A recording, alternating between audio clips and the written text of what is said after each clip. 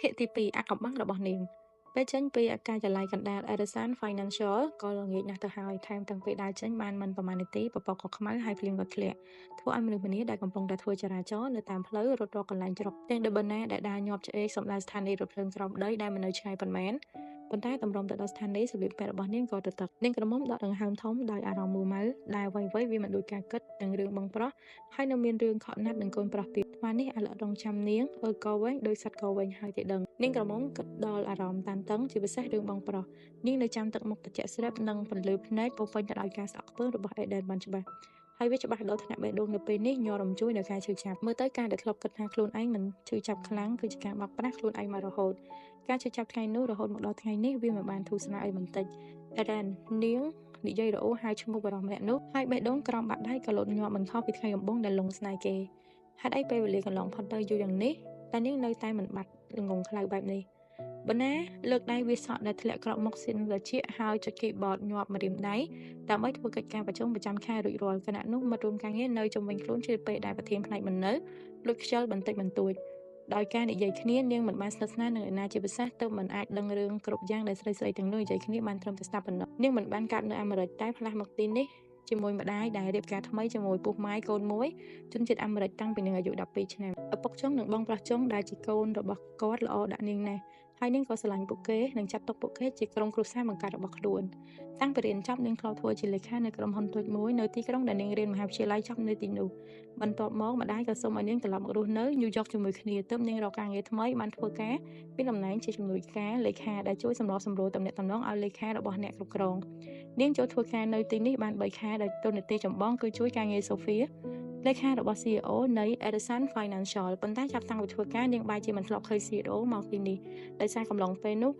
Edison ទៅគ្រប់គ្រងការងារនៅការិយាល័យមួយទៀតនៅ Chicago ទៅធ្វើឲ្យនាងខកខានឱកាសបានជួបគេផ្ទាល់ដោយស្វ័យប្រវត្តិតែទោះដូច្នោះក៏កិត្តិស័ព្ទរបស់រាជបុត្រទាំង3នៃ Edison ជារឿងដែលនាងបានឮតាំងពីចូលធ្វើការថ្ងៃដំបូងរហូតមកដល់ពេលនេះបឺណាតញញឹមពេលប្រធានបទនៃការសន្ទនារបស់ស្រីៗដែលលោកខ្ជិលធ្វើការនិយាយពីប្រធានបទមហានិយមនៃរឿងរបស់រាជបុត្រនៃ Edison ម្ដងទៀតដែលពេលនេះពួកនាងនិយាយពីរាជបុត្រច្បង Edison តែក៏ត្រូវភ្ញាក់ព្រឺតព្រោះសុកមានមនុស្សម្នាក់លោកដៃមករួនស្មាធ្វើឲ្យក្បាលនាងញាត់ទៅត្រឹកព្រមទាំងស្រែកក្រឺតនៅដើមកោកសពជាការទៀមទាចំណាប់អារម្មណ៍ពីនាងទៅបឺណាបេះដៃម្នាក់ទៀតចេញពីករបស់ខ្លួនម្នាក់នៅក្នុងចំណោមមិត្តរួមការងារដែលធ្វើរឹកដូចជួបតារាក៏ប្រាប់នាងព្រមទាំងលោកចង្អុលទៅមនុស្សមួយក្រុមដែលកំពុងដើរសម្ដៅទៅបន្ទប់ប្រជុំធំដែលនៅជ្រុងមួយទៀតនៃជាន់ដែលនាងធ្វើការនោះលោក Edison បើណាតាមមើលប៉ុន្តែនាងស្ពឹកសពន់ទើបមើលឃើញតែក្នុងមនុស្សមួយក្រុមដែលពាក់ខ្វាសេកំពុងបណ្ដាលគ្នាចូលទៅក្នុងបន្ទប់ប្រជុំមើលក៏ដឹងថាពួកគេសុទ្ធតែជាលំដាប់អ្នកគ្រប់គ្រងដែលប្រកាសណាស់ថាជាអ្នកគ្រប់គ្រងសំខាន់របស់ Edison Financial សង្ហានេះមិត្តរួមការងារដដែលដែលជាអ្នកចាំបាច់ករបស់នាងនិយាយដោយសម្លេងនឹងទឹកមុខរវើរវាយហាក់ដូចកំពុងភ្លឺតនៅក្នុងយល់សប្តិនាងមើលរូបរាងរបស់គេចោះខ្ញុំថាគេត្រូវតែអង្រួនចិត្តអង្រួនបេះដូងមិនមែនត្រូវតែទេម្នាក់ទៀតជំទាស់ដោយទឹកមុខមាំតែគេនៅតែអង្រួនចិត្តមែនតើខ្ញុំធ្លាប់អានព័ត៌មានសុខសៀវពីគេសេពគប់មេឡាណាដែលជាស្រីបង្ហាញម៉ូដព័ត៌មានផ្ទៃក្នុងនិយាយថានាងនោះលងគេផ្កាប់មុខព្រោះគេអង្រួនចិត្តហើយ sexy បំផុតតែវាសនារបស់ពួកយើងបានត្រឹមតែលួចមើលគេបែបនឹងឯងណមិត្តទី3បន្តភ្លាមព្រោះគ្មានថ្ងៃដែលគេងាកមកមើលបុគ្គលិកតូចតាចដូចជាពួកយើងដាច់ខាតទៅបានត្រឹមតែសម័យប៉ុណ្ណឹងម្នាក់នេះធ្វើឲ្យបឺណាងក់ក្បាលឆ្ងក់នាងមិនបានរើសអើងក្រុមស្រីដែលគ្រឿប្រុសបើប្រុសសង្ហាដែលមិត្តរួមការងារកំពុងគ្រឿនោះជាមូលហេតុធ្វើឲ្យនាងត្រូវបញ្ញាបញ្ញាធ្វើការខ្ញុំក៏ដឹងដែរមិត្តដំបងដែលជា fan ក្លាប់មកនិយាយព្រមទាំងសម្លឹងអ្នកជំទាស់តែបានធ្វើការនៅទីនេះមានចង្វាក់សង្ហាឲ្យមើលសឹងតែរាល់ថ្ងៃបែបនេះក៏សប្បាយចិត្តដែរណនិយាយចប់នេះក៏សើចខឹកហើយបដូររឿងតែតាមពិតទៅខ្ញុំចូលចិត្តបងប្រុសគេច្រើនជាងបណ្ណាដែលមិនបានយកចិត្តទុកដាក់ស្ដាប់ព្រោះតែរឿងអស់នេះវាចូលតែជារាល់ថ្ងៃទៅធ្វើឲ្យគិតតាមបងប្រុសរបស់ Edison ពីអ្នកនោះនាងបានលើថាជាកូនប្រុសរបស់លោកពូគេពីអ្នកនោះជាបងប្អូនបង្កើតEden ជាកូនរបស់បងច្បងដែលត្រូវរៀបចំឲ្យកាន់តំណែងប្រមុខតកូលបន្តពីឪពុកដែលប្រកាសថារាជបុត្រ2នាក់ទៀតនៃ Edison គឺជារាជបុត្រកណ្ដាលនិងរាជបុត្រពៅគឺពួកគេ Ian និង Eston មែនទេមិត្តរួមការងារទាំងពីរនិយាយត្រូវនឹងអ្វីដែលបឺណាកាត់លំមធ្វើឲ្យនាងងក់ក្បាលដោយមិនដឹងខ្លួនខណៈដែលតាជាក៏ស្ដាប់គេនិយាយនាងចូលចិត្តម្នាក់ណាខ្ញុំចូលចិត្តមនុស្សប្រុសដែលមើលទៅពីលប្រៃវារំភើបអង្រួនចិត្ត Ian Edison បានលើថាគេមើលការខុសត្រូវចំនួនផ្នែកអចលនទ្រព្យរបស់ Edison ចំណែក Eston Edison ក៏មើលខុសត្រូវចំនួនលក់ដូរទំនិញរបស់តកូល Edison ស្លាប់ហើយអ្នកទាំងពីរតវ៉ាដោយការមិនយល់ស្របតែខ្ញុំចូលចិត្តមនុស្សសោះក្រោះដូចចៅហ្វាយរបស់យើងជាងចៅហ្វាយដែលនិយាយនោះគឺជា Edian CEO របស់ Edison Financial នេះឯងខ្ញុំថាត្រូវតែមើលទៅកាច់ដូចជា Ian តែមាត់ដំបងប្រកែកដោយមិនព្រមចាញ់ពេលគេនិយមតាក់ទាញសឹងអីចាស់នាងវិញបើណានាងចូលចិត្តប្រុសបែបណាម្នាក់ក្នុងចំណោមស្រីទាំង3សួរនាងខ្ញុំឬនាងក្រមុំព្រិចភ្នែកមិនស្មានថារឿងវាធ្លាក់មកលើខ្លួនតែទោះជាដូច្នេះក៏នាងឆ្លើយតាមកំណត់របស់ខ្លួនមិនដឹងទេតែដែលច្បាស់ខ្ញុំមិនចូលចិត្តពួកវិសាក្នុងឈុតខ្វះសេរីដូច3អ្នកបងប្អូនអេដេសាញ់ដាច់ខាតពួកគេកាចសាហាវមែនតើខ្ញុំតាមមិនតន់ទេខ្ញុំសុំមនុស្សធម្មតាបានហើយ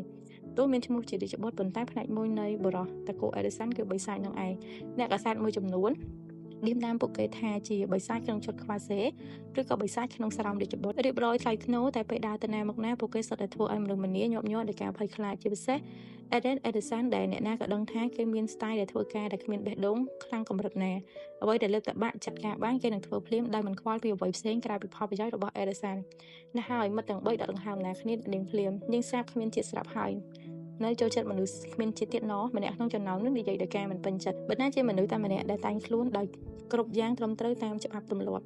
តាមរបៀបវិន័យរបស់ក្រុមហ៊ុនថែមទាំងចូលចិត្តផាត់មុខស្ដាងអាចនិយាយបានថាស្ទើរតែគ្មានពណ៌នៅលើស្បែកមុខហើយនៅតែមានវ៉ែនតាសុំខ្មៅមូលធំដែលចូលចិត្តពាក់ពេលធ្វើការទៀតអូយនេះជាសម័យអីហើយនាងនេះនៅចូលចិត្តធ្វើខ្លួនក្រឹកក្រមដល់ថ្នាក់មិនគួរឲ្យជឿថាមនុស្សបែបនេះនៅមាននៅលើโลกនេះទោះក្តីសម័យរវើរវាយតែថានឹងបានក្រុងស្នេហ៍ជាមួយរាជបុត្រ Edison មិនមែនជាការប៉ັດតែក្រុមកំមុំធ្វើការនៅ Edison សុទ្ធតែដឹងច្បាស់ចឹងហើយណាគួរតែយល់ដល់អនាគតខ្លួនឯងដោយការធ្វើខ្លួនឲ្យបានល្អតាក់ទាញភ្នែកកំឡោះនោះបើណាត់បានលឺមិត្តភក្តិនិយាយបែបនេះហើយនាងក៏ទាំងខឹងទាំងអស់សំណើចមនុស្សធម្មតាមិនមែនមនុស្សគ្មានជាតិស្រឡាញ់មនុស្សធម្មតាមិនល្អត្រង់ណាទំនើបអស្ចារ្យពេកគួរឲ្យជឿក្បាលតែស្ដាប់យ៉ាងណាក៏នៅតែនឹកដល់ពួកគ្មានជាតិទាំងនោះមិត្តទាំងពីរតវ៉ាដោយមិនស្របដដែលបន្ទាប់មកក៏ជ្រឹបភ្នែកលាក់កំនួយបង្អាប់នាងអញ្ចឹងនាងប្រហែលចូលចិត្តយេកើដែលធ្វើការនៅផ្នែក IT អាម៉ាស៊ីននោះចាប់អារម្មណ៍នាងកំមុំភ្ញាក់ក្រញាំហើយក៏វេក្បាលជាការបាក់សាភ្លាមខ្ញុំមិនចូលចិត្តអ្នកទាំងអស់ខ្ញុំគ្មានផែនការរៀបការទេនាងទៅតែអាយុ23ចូល24ឆ្នាំធ្វើការបាន2ឆ្នាំអ្នកណាគេទៅគិតរឿងរៀបការលឿនដល់ម្លឹងពេលលឺមិត្តភក្តិបដិសេធបែបនេះមិត្តទី2ចូលមកអង្គុយក្បែរហើយសួរដែលទឹកមកប្រកាសបជាបើណាក៏កលេចមើលទ្វារបន្ទប់ប្រជុំនៃការប្រុងប្រយ័ត្នថាចៅហ្វាយនឹងអឺតមកតែពេលមិនឃើញក៏ធូរទ្រង់ព្រោះមើលទៅនាងដូចជាពិបាកធ្វើការហើយការចង់ដឹងចង់ឃើញរបស់មនុស្សយើងយកឈ្នះបានគ្រប់យ៉ាងសួរតាមត្រង់នាងធ្លាប់សេពខំអ្នកណាទេសំណួររបស់មិត្តភក្តិធ្វើបើណាសើទៅផ្ទុះសំណើចមិនធ្លាប់ទេធ្លាប់ចូលចិត្តអ្នកណាឬអត់លើកនេះនាងក៏វេក្បាលដោយការរអាចិត្តណែមិត្តទី3ដែលស្ងាត់យូរហើយប្រហែលទ្រាំមិនបានទៅនិយាយកាត់មិនសួរបើណាត្រង់ទៅថានាងធ្លាប់ឡើងក្រែជាមួយមនុស្សប្រុសដែរទេមិនកែនបើណាទៀនខ្លាំងដោយការភ្ញាក់ផ្អើលនឹងសំណួរនោះហើយដែលធ្វើឲ្យមិត្តដំបងទះដៃព្រមទាំងនិយាយដោយការជឿជាក់ច្បាស់ជាមិនធ្លាប់ឲ្យមុខនឹងងាប់ហើយខ្ញុំមិនធ្លាប់គិតទេថាបានជួបនឹងស្រីព្រមចារីដូចនាងបណ្ណារបស់ស្រីអាស៊ីឡើងក្រហមងាងទាំងដែលវាមិនមែនជារឿងគួរឲ្យខ្មាស់និងជារឿងដែលនាងមិនធ្លាប់ឡើងក្រែជាមួយមនុស្សប្រុសប៉ុន្តែការយកមកនិយាយដោយទឹកមុខធម្មតាបែបនេះក៏មិនស្គាល់គឺខ្ញុំណែឈប់ដេញដោះបើណាទៅបើធៀមផ្នែកដើរមកហើយនោះបើគេឃើញយើងជុំផ្ដុំគ្នាយូរពេកច្បាស់ជារករឿងថាយើងខ្ជិលធ្វើការបំបែកស្រីពីរនាក់ទៀតនិយាយដោយការសោកស្ដាយតែក៏ព្រមបែកគ្នាដោយមិនភ្លេចងាកមកសួរប៊ុនណាតនិងអ្នកអាទិត្យនៅក្នុងក្រុមដែលស្និទ្ធស្នាលគ្នាតែល្ងាចណាត់គ្នាញ៉ាំបាយជាមួយគ្នាហាមបដិសេធសុំទោសផងខ្ញុំទៅមិនបានទេខ្ញុំត្រូវធ្វើ OT ការងារខ្ញុំមិនទាន់រួចប្រាក់អើយប៊ុនណាតសូមឲ្យរីករាយនាងជូនពរដោយទឹកមុខញញឹមគណៈដែលមិត្តភក្តិនៅគ្នាមើលមុខនាងលើកក្រោយហាមកិច្ចមិនអញ្ចឹងខឹងមែនតើហើយបានចេនីនាងងក់ក្បាលដាក់ខ្ញុំមិនកិច្ចទេព្រោះថ្ងៃនេះមានការប្រជុំប្រចាំត្រីមាសទៅសូហ្វីដែលជាលេខា CEO មមាញឹកខ្លាំងហើយនាងដែលជាជំនួយការក៏មានញឹកតាមដែរដោយសារការចំណាយប្រជុំពេលយូរនាងក៏ត្រូវមើលគ្រប់យ៉ាងឲ្យរៀបរយប្រកាសដែរថាបន្ទាប់ពីចេញពីប្រជុំនាងក៏ត្រូវជួយសូហ្វីសរុបការប្រជុំដែលលេខាថតសម្លេងទុកឲ្យជួយវាជាឯកសារដោយសារខ្លួនឯងមានតរៈបន្ទាន់នៅពេលល្ងាចតម្រាំតែចេញពីប្រជុំក៏យឺតពេលណាស់ទៅហើយទៅបណ្ណារីករាយធ្វើការព្រោះចេញពីធ្វើការនាងគ្មានអ្វីទៅធ្វើដដែលថែមទាំងមិនចង់ត្រូវស្រីទាំង3អូសទៅជាមួយទៅដេញដោលរឿងជីវិតស្នេហារបស់ខ្លួនតម្រាំដឹងខ្លួនក៏លើសម៉ោងធ្វើការដល់7:09យប់ទៅហើយប៉ុន្តែគ្រប់យ៉ាងក៏រួចរាល់ដោយគ្មានអ្វីនៅសេសសល់ថែមទាំងជន់ទាំងមូស្ទើរតែគ្មានមនុស្សទៅសម្រាប់ចិត្តត្រឡប់ទៅផ្ទះនាងរៀបចំវិវត្តរួចរាល់ទើបយកឯកសារទាំងអស់ទៅដឹកនៅតុលេខាព្រោះក្រែងថាស្អែកលេខាមកមុននាងនឹងបានធ្វើការស្រួលនាងក្រមុំកាន់ឯកសារដែលសម្ដៅចិន្តាដែលភ្ជាប់ពីជាន់ទី34ទៅ35ជាន់ទី34ជាផ្នែកសម្រាប់អ្នកគ្រប់គ្រងដែលនាងធ្វើការភាគច្រើនជាបន្ទប់ប្រជុំនិងមានបន្ទប់តែមួយគត់មានផ្ទៃកន្លះធំទូលាយនិងមានបន្ទប់តែមួយគត់ដែលមានផ្ទៃកន្លះធំទូលាយគឺជាបន្ទប់សម្រាប់នាងនិងជំនួយការលេខាធ្វើការចំណែកលើបំផុតជាផ្នែករបស់ CEO និងក្រុមជំនួយការរួមទាំងបន្ទប់ប្រជុំតូចផ្ទាល់ខ្លួនរបស់ CEO ដោយសារតែ Eden យកអគារ Edison Financial ធ្វើជាការិយាល័យកណ្ដាលប៉ុន្តែ Edison មិនមែនមានមុខចំនួនផ្នែកហិរញ្ញវត្ថុតែមួយប៉ុណ្ណោះទេតែត្រូវមើលខុសត្រូវ ទើបក្នុងមួយឆ្នាំគេត្រូវធ្វើដំណើរទៅមើលមុខចំនួនផ្សេងទៀតឬមិនអញ្ចឹងគឺត្រូវហៅក្រុមអ្នកគ្រប់គ្រងឲ្យទៀតមកជួបនៅទីនេះកំឡុងពេលគិតដល់ម្ចាស់អគារនាងក៏សម្លឹងរូបភាពស្ងប់ស្ងាត់និងភ្លើងតាមផ្លូវដែលបើកមិនប្រមាណអំពូលនៅសល់តែភាពព្រាលៗឲ្យឃើញផ្លូវចុងផ្លូវគឺជាបន្ទប់ធ្វើការធំដែលមានអំពូលភ្លើងភ្លឺចាស់ចាំងចេញពីទ្វារធ្វើឲ្យនាងដឹងថាមានមនុស្សនៅក្នុងនោះនិងគ្មានអ្នកណាក្រៅពីម្ចាស់បន្ទប់ទើបនាងដើរសម្ដៅតុធ្វើការធំដែលនៅមុខបន្ទប់គិតថាដាក់ឯកសារប្រជុំរបស់សូហ្វីរួចហើយប្រញាប់ត្រឡប់មកវិញប៉ុន្តែវិនាទីដែលដាក់ឯកសារចុះនាងក៏ភ្ញាក់ក្រញាំព្រោះសំឡេងគ្រោះក្តាំងដែលចេញពីបន្ទប់នោះដោយសារតែភ័យទើបនាងដាក់ឯកសារចុះហើយស្ទុះទៅបាក់ទ្វារមើលដើម្បីជួយអ្នកនៅខាងក្នុងព្រោះគិតថាគួរតែមានអ្វីកើតឡើងភ្លាមនោះពេលដែលទ្វារត្រូវចំហនាងក៏ត្រូវជួបកែវភ្នែកពណ៌មរកតស្អាតបំផុតតាមដែលធ្លាប់ឃើញកភាំងអ្នកដែលបេះដូងលោតរូបដាក់ស្មារតីដោយត្រូវបញ្ជាឲ្យឈប់មួយខណៈដោយពេលវេលាដែលនៅជុំវិញខ្លួនតែពេលនេះចេននេះឬមេហ្គានសួរនាងធ្លាប់លងស្នេហ៍អ្នកណាឬក៏អត់វិនាទីនេះនាងអាចឆ្លើយបានពេញមាត់ពេញពាក្យថាធ្លាប់នាងមិនធ្លាប់ជឿរឿងដែលជួបគ្នាស្រឡាញ់ផ្លែតមិនគិតថាវាមានពិតមិនធ្លាប់សម័យថានឹងកើតឡើងចំពោះខ្លួនឯងប៉ុន្តែថ្ងៃនេះនាងបានដឹងដោយផ្ទាល់ហើយនាងគិតខុសទម្រាំភ្ញាក់ស្មារតីភ្នែកពណ៌ស្អាតបំផុតដែលនាងធ្លាប់ឃើញក៏សួរនាងជាអ្នកណាបើណាភ្ញាក់ក្រញាំហើយត្រូវអ្នកនៅខាងក្រោយបុកមួយទំហឹងលើរទេះភ្លើងនាងក៏វាក្បាលបណ្ដេញកំណត់ការពារអតីតកាលចេញពីពោះក្បាលហើយម្នេះដើរចេញពីរថភ្លើងពេលឃើញថាមកដល់គោលដៅរបស់ខ្លួនសំណាងល្អដែលភ្លៀងធ្លាក់ជោគជាំមុននេះរាំងទើបនាងដើរកាត់ដីសើម5នាទីក៏មកដល់ផ្ទះរបស់គ្រួសារដែលមានឪពុកម្ដាយនិងបងប្រុសស្នាក់នៅព្រមនោះពេលចូលក្នុងផ្ទះបងប្រុសដែលអង្គុយចាំនៅក្នុងបន្ទប់ទទួលភ្ញៀវក៏ស្ទុះមករកនាង Peter Grant អូសនាងទៅគេនឹងជាងហើយខ្សឹបខ្សៀលសួរដោយសំឡេងតានតឹងយ៉ាងម៉េចហើយ Burn បានដំណឹងល្អទេនាងក្រមុំនៅស្ងៀមមួយដង្ហើមភាពតានតឹងអបកសោបរាងកាយរបស់ខ្លួននិងបងប្រុសបន្ទាប់ទើបនាងងើបមុខសុំទោសគេនាងក៏វាក្បាលបដិសេធដោយសារមិនអាចនិយាយពាក្យនោះចេញបាននាងឃើញបងប្រុសមានទឹកមុខស្លេកស្លាំងមួយរំពេចគេទ្រុឌទ្រោមណាស់ក្នុងពេលមិនប្រមាណថ្ងៃហាក់ដូចជាមនុស្សកំពុងឈឺធ្ងន់យ៉ាងចឹងនាងចង់អញ្ចើមពេលឃើញ Peter ចាប់ដៃរបស់នាងរួងខ្លាំងៗព្រមទាំងនិយាយដោយសំឡេងកាចឯងបានប្រាប់គេថាបងព្រមធ្វើគ្រប់យ៉ាងតែសុំត្រឹមគេប្រាប់ហើយតែគេមិនព្រមចម្លើយរបស់ប្អូនស្រីធ្វើឲ្យ Peter ទម្លាក់ដៃចុះដោយនឹងកម្លាំងកំហែងបើបងចាប់គុកចាប់ប៉ាម៉ាធ្វើយ៉ាងណាហើយនៅគេមិននិយាយចេញទឹកភ្នែកលេងលងក្នុងប្រឡោះភ្នែកពណ៌បៃតងក្នុងប្រឡោះភ្នែកពណ៌ផ្ទៃមេឃដែលពោពេញទៅដោយការភ័យខ្លាចនេះហើយដែលធ្វើឲ្យប៊ឺណានទន់ចិត្តធ្វើចិត្តឲ្យជាក់សិនខ្ញុំកំពុងរកវិធីបងកុំបារម្ភអីយ៉ាងណាក៏ខ្ញុំព្យាយាមជួយបងឲ្យបានថា Aiden Ederson ជាមនុស្សម៉ាត់ណាម៉ាត់នឹងបើថ្នាក់ឯងទៅលេចមុខនៅចំពោះមុខគេហើយគេបដិសេធបងទៅតែដេកគុកហើយប៊ឺណាបងគ្មានចេតនាពិតមែនបងគិតថាម្ដងនេះនឹងមានលុយដាក់ឲ្យគេវិញតែវាមិនទាន់ Peter មិនគួរធ្វើបែបនេះហើយនាងក៏មិនហ៊ានប្រាប់គេដែរថាពេល Aiden ដឹងថាគេពាក់ព័ន្ធនឹងនាងប្រុសម្នាក់នោះកាន់តែខឹងព្រោះអាណិតបងប្រុសនឹងការពារគេប៉ុន្តែអ្វីដែល Peter ធ្វើចាត់ទុកថាជាកំហុសធ្ងន់ធ្ងរដែលនាងមិនអាចស្ដីបន្ទោសបានខ្ញុំចង់បន្ទោសបងដែលធ្វើស្អីបែបនេះឯងជេរបងបានបងភ្ញាក់រលឹកហើយប៉ុន្តែពេលអ្នកនៅចំពោះមុខព្រមទោសកំហុសប៊ុនណាត់បានជានិយាយមិនចេញបានតែដកដង្ហើមធំម្ដងទៀតខ្ញុំមិនជេរបងទេយើងជួយដោះស្រាយបញ្ហាគ្នាល្អជាងព្រោះស្ដីបន្ទោសទៅក៏បានតែប៉ុណ្ណឹងព្រោះបញ្ហាកើតឡើងទៅហើយ Peter ក៏ភ្ញាក់ពេលនេះនាងគួរតែរកវិធីជួយបងប្រុសរបស់នាងគ្រាន់តែវង្វេងមួយពេលចរិតរបស់គេមិនអាក្រក់នាងជឿជាក់អញ្ចឹងហើយក៏ចង់ឲ្យឱកាសគេម្ដងទៀតបើបងគ្មានឯងបងក៏មិនដឹងធ្វើយ៉ាងណាដែរប៊ឺនបងនឹងមិនកាត់អីទេនាងបញ្ជាក់ដោយទឹកមុខមាំកាយភ្នែកបោះថ្នោតថ្លាយងមានពន្លឺភ្លេចជឿខ្ញុំបងអេដេននឹងព្រមគេមិនយកបងដាក់គុកជាដាច់ខាតខ្ញុំមិនព្រមគេធ្វើបែបនេះទេបងមើលមិនឃើញផ្លូវផ្សេងទេពីតើនៅតែក៏វិក្បាលទល់បញ្ញាទោះមនុស្សភាគច្រើនហៅអេដេនថារាជបុត្រប៉ុន្តែប្រុសម្នាក់នោះជាបិសាចក្នុងស្រោមរាជបុត្រទៅវិញទេត្រជាក់កំណាចគ្មានបេះដូងជីវិតតែងតែមានផ្លូវចេញរបស់វាពេលដល់វេលានោះព្រះជាម្ចាស់ទ្រង់នឹងប្រទានផ្លូវចេញឲ្យយើងបងអាចធ្វើខុសតែចេតនានៃកំហុសរបស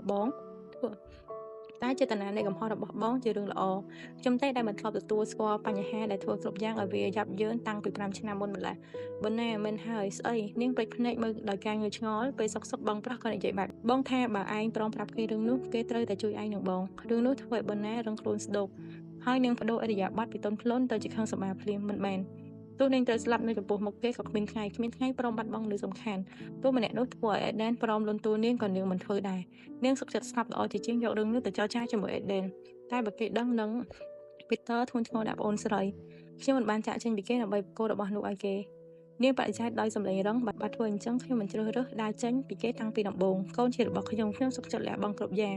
ងតែខ្ញុំមិនព្រមលះបង់កូនដាច់ខាតបើអេដេនដឹងគេគ្មានថ្ងៃដឹងនាងបញ្ជាក់ដោយកែវភ្នែករឹងក៏ព្រឹសគ្មានថ្ងៃដឹងរឿងនេះជារៀងរហូតនាងធ្លាប់ជាមនុស្សទន់ជ្រាយជាមនុស្សបរាជ័យជាមនុស្សឈឺចាប់តែគ្មានថ្ងៃឲ្យអេដេនយកកូនប្រុសតែម្នាក់កូនរបស់ខ្លួនជាដាច់ខាតគ្មានថ្ងៃរឿងកូននៅតែជាអាកបាំងជារៀងរហូតទោះស្រីម្នាក់នោះត្រឡប់ទៅវិញហើយក៏ដោយក៏គេនៅតែធំក្លិនក្រអូបចេញពីខ្លួននាងក្លិនក្រអូបផ្អែមដែលធ្វើឲ្យបេះដូងក្តៅកកុកស្ងប់បានដដែលតែពេលនេះបាយធ្វើឲ្យបេះដូងឈឺចាប់ស្ទើរតែចង់សម្បាច់គ្រប់យ៉ាងនៅក្បែរដៃខ្ទេចខ្ទីអេដេនដកដង្ហើមចូលជ្រៅហើយអត់ដង្ហើមតទៅឈឺពេញដើមទ្រូងទើបដកចេញ តែគេដឹងការឈឺចាប់របស់គេមិនបានកើតឡើងដោយសារមូលហេតុតែគេដឹងការឈឺចាប់របស់គេមិនបានកើតឡើងដោយសារមូលហេតុនេះនោះទេចង្រៃយកគេមិនបានកំហឹងដោយសារអស់សង្ឃឹមមុនពេលដែលកំណត់នោះកាន់តែលិចលង់កូនចៅចំណិតដែលគិតថាគេនិយាយរកក៏ងាកមកសួរអ្នកដែលអង្គុយនៅបាំងក្រោយក្នុងឡាន Rolls Royce បាទគ្មានស្អីទេធូនី Eden ក៏វាដៃបដិសេធខ្ញុំរអ៊ូម្នាក់ឯងបាទធូនីតបទាំងលេងដេញដោលនោះហើយដែលធ្វើ Eden ចេញបញ្ជាទៅ Penthouse កូនចៅទទួលបញ្ជាដោយបើកឡានសម្ដៅ Penthouse ផ្ទះរបស់ Eden ដែលនៅតំបន់ Midtown ខណៈនោះគេក៏សម្លឹងមើលទៅក្រោយឡាននិងមនុស្សម្នាដើរឲ្យច្រវាត់នៅលើដងផ្លូវរបស់ញូវយ៉កទាំងដែលកន្លងផុតទៅ5ឆ្នាំហើយសោះគេក្តាប់ដៃណែនៅភ្លេចខ្លួនស្បែកត្រជាក់ដៃប៉ះបាននោះវាពិបាករលាស់ចេញនាងត្រឡប់មកវិញហើយម៉ាក់មកវិញហើយកូនប្រុសរត់មកក្រោកពេលឃើញនាងដើរកាត់ទ្វារចូលមកដោយមានពីតើដើរតាមនឹងទាញទ្វារបិទបណ្ណាដើរទៅរកអាល្អិតអេរ៉ននឹងចាប់កូនប្រុសជាប់ពេលអាល្អិតរត់មកអោបព្រោះពេលនេះខ្លួននាងទៅទឹកជោកខ្លាចកូនប្រុសប្រឡាក់ស្លៀកពាក់ត្រៀមខ្លួនចូលគេងហើយចានាងឆ្លើយតបកូនប្រុសវ័យ4ឆ្នាំនៃទឹកមុខញញឹមលាក់ភាពតានតឹងនិងខ្វល់ខ្វាយនៅក្រោមស្នាមញញឹមម៉ាក់មកវិញហើយខ្ញុំរងចាំម៉ាក់ពេញមួយថ្ងៃម៉ាក់បាត់ទៅណាទៅខ្ញុំនៅជាមួយលោកតាលោកយាយអាល្អិតតវ៉ាដោយមិនពេញចិត្តមុខឡើងខ្មោបបបោមាត់ក្រពុំបោកកាឈូក៏កញ្ឆើយសឹងតែប៉ះនឹងច្រមុះបង្ហាញឲ្យឃើញពីការមិនពេញចិត្តដែលនាងបាត់ខ្លួនពេញមួយថ្ងៃធ្វើឲ្យខកណាត់អាហារល្ងាចទៅបឺណាតអង្អែស្មាកូនប្រុសជាការសុំទោសម៉ាក់តែធ្វើការហើយកូនធ្វើជាចៅល្អឬអត់មិនរឹងតឹងដាក់លោកតាលោកយាយមែនទេចុងប្រយោគនាងជ្រុកមើលអាល្អិតដោយការចាប់កំហុសទើបអេរ៉ុនក៏វិក្បាលញាប់ឆ្អេតជាការបដិសេធនិងតបលឺខ្ញុំជាចៅល្អមិនរឹងបានលឺបែបនេះអ្នកម្ដាយក៏ចង់សើចម៉ាក់ម៉ាក់ម៉ាក់ជឿបើប្រាប់ថាមិនជឿកូនបិសាចរបស់នាងលោឡាមិនខានអេរ៉ុនសម្បកក្លាយជាក្មេងដែលពិបាកចោះសម្លងអ្នកដទៃតែងតែមើលអ្នកជុំវិញខ្លួនដោយការវិរំដៃដែលតែងតែធ្វើឲ្យនាងនឹកដល់មនុស្សម្នាក់ចំណិចអាល្អិតដោយសមោរបស់ម្នាក់នោះដែលនាងចង់បំភ្លេចតែមិនអាចបំភ្លេចបានតែពេលស្និទ្ធស្នាលគ្នាអេរ៉ុនចូលចិត្តនិយាយស្ដីប្រពេចប្រប៉ោចប៉ិនដេញដោលដោយភាពឆ្លេតឆ្លាតនិងរពេចរប៉ោចពេលខ្លះធ្វើឲ្យនាងរអាចិត្តទូកូនប្រុសធ្វើឲ្យនាងពិបាកបំភ្លេចគេតែការមើលកូននិងបានចិញ្ចឹមមើលថែឲ្យធំធាត់ធ្វើឲ្យនាងមានសេចក្ដីសុខខ្លាំងហើយថ្ងៃនេះធ្វើឲ្យខ្លះនិយាយម៉ាក់ស្ដាប់បន្តិចមើលអេរ៉ុនដើរចូលបន្ទប់អង្គុយលេងតាមការដឹកដៃរបស់ម៉ាក់បបោមាត់តូចជារមិចក៏និយាយប្រប៉ាច់ប្រប៉ោចខ្ញុំលេងបិទពូនជាមួយលោកតាលោកយាយលេងផាត់ពណ៌ដែរហើយក៏លេងប្រយុទ្ធគ្នាខ្ញុំឈ្នះលោកតាទៀតផងចុងប្រយោគអាល្អិតនិយាយដោយការអួតអាងគួរឲ្យសប្បាយមែនណនាងធ្វើទឹកមុខនិងសម្លេងចាប់អារម្មណ៍ស្ដាយដែលម៉ាក់មិនបានលេងជាមួយមិនត្រឹមតែនិយាយទេនាងនៅធ្វើមុខសោកសៅឲ្យកូនប្រុសឃើញទៀតផងទើបអាល្អិតបបួលភ្លាមអញ្ចឹងស្អាតយើងលេងជាមួយគ្នាទេហើយឲ្យអ៊ំភេទនិងប៉ាប៉ាណែមកលេងដែរអាល្អិតបបួលអ្នកឲ្យចិត្តស្និទ្ធជាមួយមកលេងហើយប៉ាប៉ាណែគឺណាថានណាត់តនមិត្តចិត្តស្និទ្ធរបស់នាងតែបើណាក៏វាបដិសេធស្អែកបានទេព្រោះម៉ាក់ជាប់រវល់នាងត្រូវទៅ Edison Financial ម្ដងទៀតនឹងអាចនិយាយបានជាច្រើនដងទម្រាំតែទូការបញ្ជាក់ពី Eden ថាគេនឹងមិនប្តឹងបងប្រុសរបស់នាងអូខេកូនប្រុសរបស់នាងចូលមកសពាក់សពនគូឲ្យនៅទៅបូណាងឯមកកូនថ្នមកុំងក់ងម៉ាក់សន្យាថាពេលលេងរវល់ម៉ាក់នឹងស្រូតមករកកូនវិញផ្ទះនៅក្រុងដោយស្ងប់ស្ងាត់នាងនិងកូនប្រុសនៅជាមួយគ្នាតែ2នាក់នឹងឆ្ងាយពីម្នាក់នោះទើបនាងទុកចិត្តបានថាគេនឹងមិនដឹងរឿងរបស់អេរ៉ុនអូខេខ្ញុំនឹកអ៊ំស្រីប៊ិតទីដល់ហើយអ៊ំស្រីប៊ិតទីគឺជាអ្នកមើលថែវ័យកណ្ដាលដែលនាងជួលឲ្យមកមើលថែអេរ៉ុនកំឡុងពេលនាងទៅធ្វើការចានាងក្រមុំញញឹមប្រព្រីដាក់កូនឲ្យបដូររឿងអូខេអញ្ចឹងពេលនេះចូលទៅដេកទៅនេះដល់ពេលចូលគេងហើយខ្ញុំចង់ស្ដាប់រឿងនិទានមុនចូលគេងកូនប្រុសតវ៉ាពេលដើរតាមការដឹកដៃរបស់ម្ដាយដើម្បីទៅបន្ទប់ដេកដែលកូនប្រុសនិងម្ដាយដេកជាមួយគ្នាបណ្ណាញញឹមអស់សំណាញ់ដាក់ល្អិតឲ្យបង្គាប់ក្រែងថាធំហើយនៅអីមនុស្សធំគេមិនស្ដាប់រឿងនិទានមុនចូលគេងទេមុននោះអាល្អិតទៅតែប្រកាសខ្លួនឯងដែលធំអាយុដល់តែ4ឆ្នាំហើយអញ្ចឹងខ្ញុំមិនទាន់ធំក៏បានដឹកនេះអ្នកស្ដាប់រឿងនិទានកន្លះសម្ដីធ្វើបង្ងើយខ្ញុំចង់ស្ដាប់នាងតបទាំងចង់សើចនឹងភៀមកលិចកលាតាំងពីតូចរបស់កូនអញ្ចឹងយករឿងរាជបុត្របង្ក្រាបនេះល្អទេអ្នកម្ដាយសួរដូចជាចង់ប្រឹក្សាពីរឿងដែលចូលចិត្តតាប់ច្រើនដងហើយក៏មិនធន់ទ្រាំក៏ធ្វើឲ្យល្អិតលើកដៃដោយការសប្បាយចិត្តល្អយេ